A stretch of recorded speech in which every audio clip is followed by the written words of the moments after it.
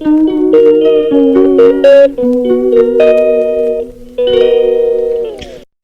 சொந்தங்கள் அனைவருக்கும் வணக்கங்க. இன்றைக்கி நம்ம வீட்டில் என்ன சமையல்னு பார்க்கலாம். இன்றைக்கி அரிசியும் பருப்பு சாப்பாடும் கத்திரிக்காய் பொரியலும் தான் எப்படி செய்யலான்னு பார்க்கலாம்.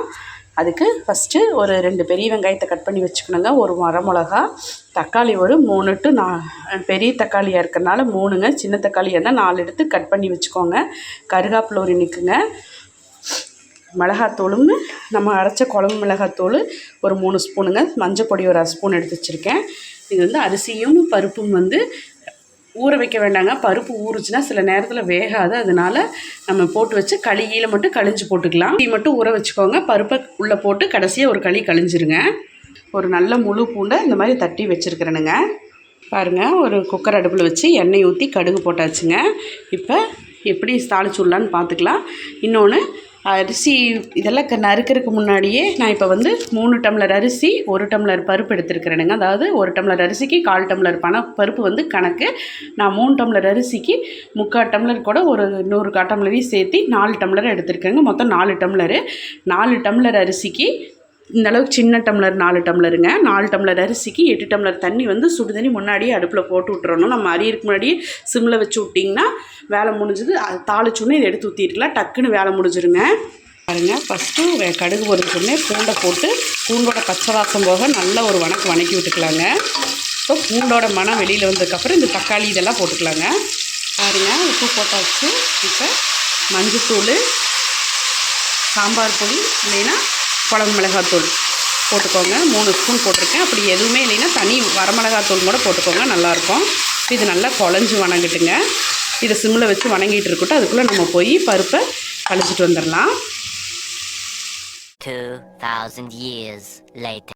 பாருங்கள், குழஞ்சி வணங்குறதுக்கு அடி பிடிக்கிற கீழே பத்திரமா இருந்தால் ஒரு 1/4 டம்ளர் தண்ணி உள்ளே ஊற்றிக்கோங்க. ஏன்னா நம்ம எண்ணெய் வந்து கம்மியாக ஊற்றுனதுனால அது எப்படியும் கீழே பிடிக்கத்தான் செய்யும். அதனால் ஒரு டம்ளர் தண்ணி, ஒரு 1/4 டம்ளர் சுடு தண்ணி வச்சுருக்கிற மிளங்க அது கொஞ்சம் ஊற்றுனீங்கன்னா உங்களுக்கு அது கீழே பற்றி வராது.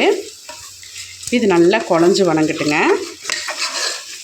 ஓரத்துல எல்லாம் இந்த மாதிரி இருக்கிறதெல்லாம் எடுத்து விடுங்க. குழஞ்சி வணங்கினதுக்கப்புறம் காமிக்கிறேன்.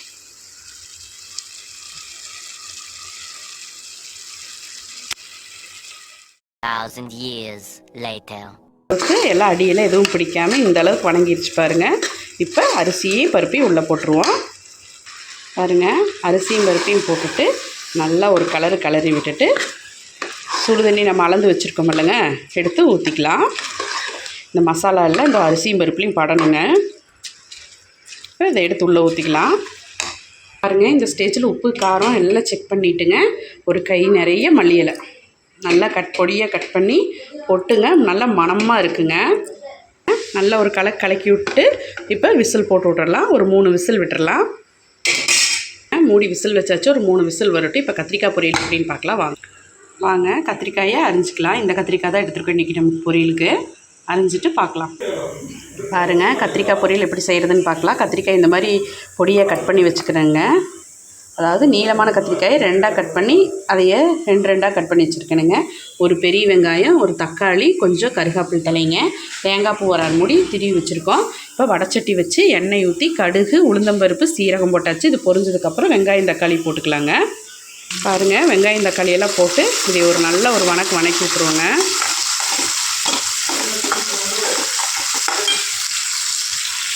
கத்திரிக்காய் எல்லாம் போட்டுட்டு உப்பு போட்டு கொஞ்சோண்டு மிளகாத்தூள் இல்லைன்னா சாம்பார் தூள் போட்டுக்கோங்க. இதை நல்லா வணக்கி விட்டுட்டு சிம் பண்ணி மூடி வச்சிடலாங்க. இல்லை பூண்டு இருக்குது பாருங்கள், பூண்டை 4 பூண்டு தட்டி வச்சுருக்கேன்.